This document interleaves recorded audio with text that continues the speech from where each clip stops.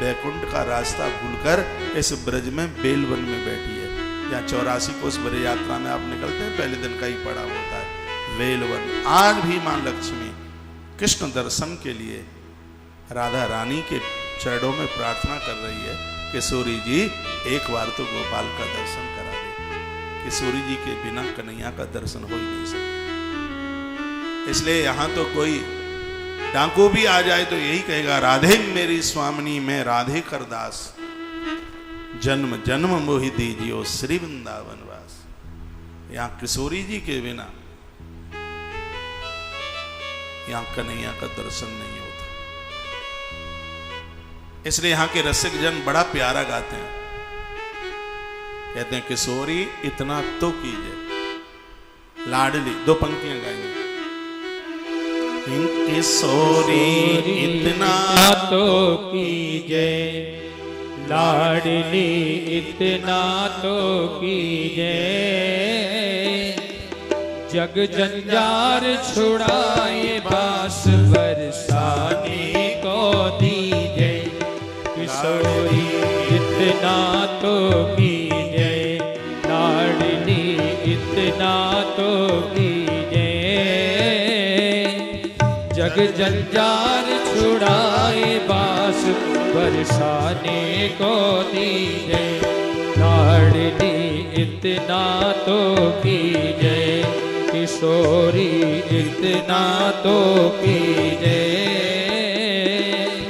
जग जंजार छुड़ाए बास बरसाने को दीजिए। किशोरी इतना तो कीजिए, किशोरी इतना तो कीजिए, जग जंजार छुड़ाए बास बरसाने को दीजिए।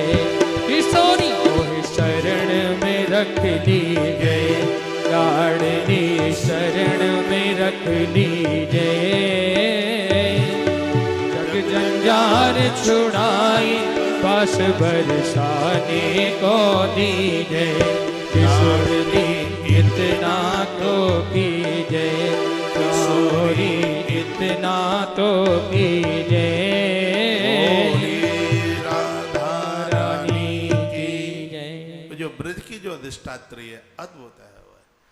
तो इस ब्रज की महिमा में देवर्षि नारद रो पड़े।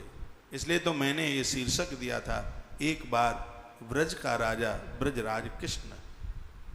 इसको भी आप पढ़िए, इसको भी आप सुनिए, इसको भी आप देखिए, बड़ा अद्भुत है।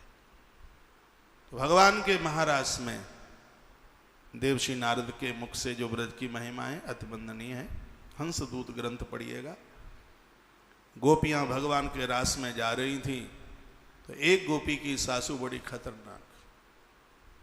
वैसे तो लोगों की कहावत में सासुएं खतरनाक ही होती हैं, नहीं होती हो तो भी होती हैं। बहुएं तो यही कहती हैं खतरनाक, very very danger, full danger. एक कोई बहन कहती है, महाराज जी सासू का अर्थ जानते हैं? मैंने कहा मैं तो नहीं जानता। वो बोलती है, जो बहू को श्वास नहीं लेने दे वही सास है।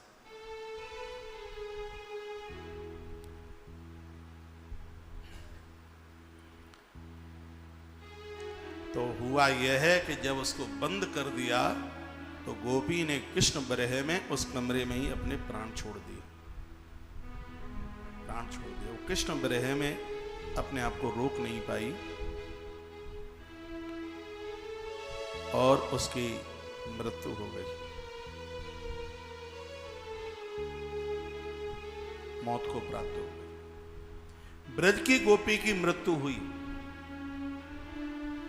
मौत को प्राप्त हुई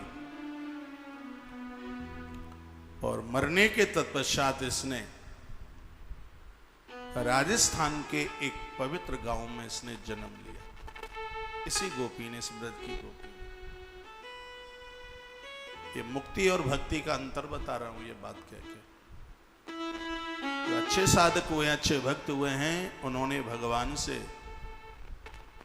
मुक्ति नहीं, भगवान से भक्ति मांगी।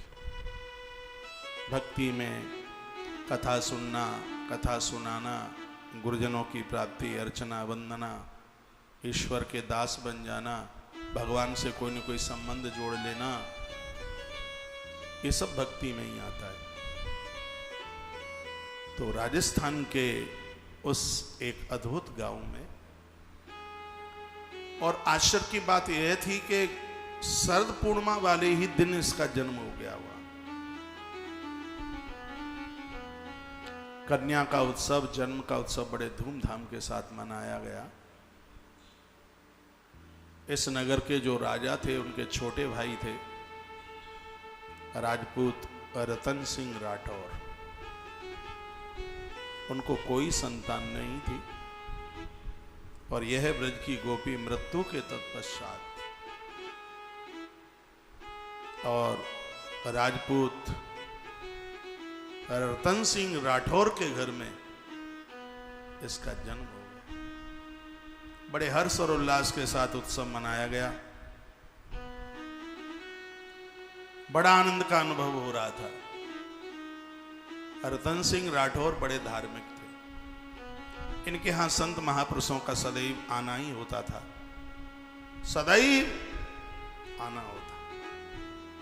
और ये महापुरुषों की कृपा का प्रतिफल कभी खाली तो जाता नहीं है, और ये वही आशीर्वाद था। एक सुंदर कन्या के रूप में राठौर साहब रतन सिंह जी ने एक बेटी को प्राप्त किया। बेटी दुतिया के चंद्रमा की तरह बढ़ रही थी। राजस्थान जोधपुर डिस्ट्रिक्ट का ये गांव है मेड़ता। तो कन्या कौन हो सकती है? तो व्रज की गोपी मृत्यु के बाद मेड़ता की बेटी बनी, और उसने एक ऐसा पद गाया आने वाले टाइम में, ये धरती की एक पहली नारी कहो, बेटी कहो, कन्या कहो, जिसने 45 रागों में संगीत गाया। इससे पहले कोई नहीं हुआ, ना बाद में कोई हो पाएगा।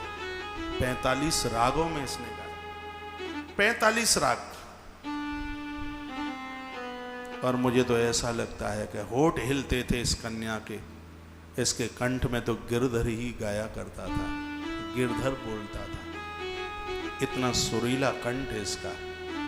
इसका एक पद है, देखिएगा, आप समझ जाएंगे मैं किसकी बात कर रहा हूं। कल मेरे मैसेज में कुछ मैसेज ये भी था कि महाराज जी आप कुछ इस भक्ति मती के बारे में भी कुछ बोल दें। तो कल तो टाइम पूरा हो गया था,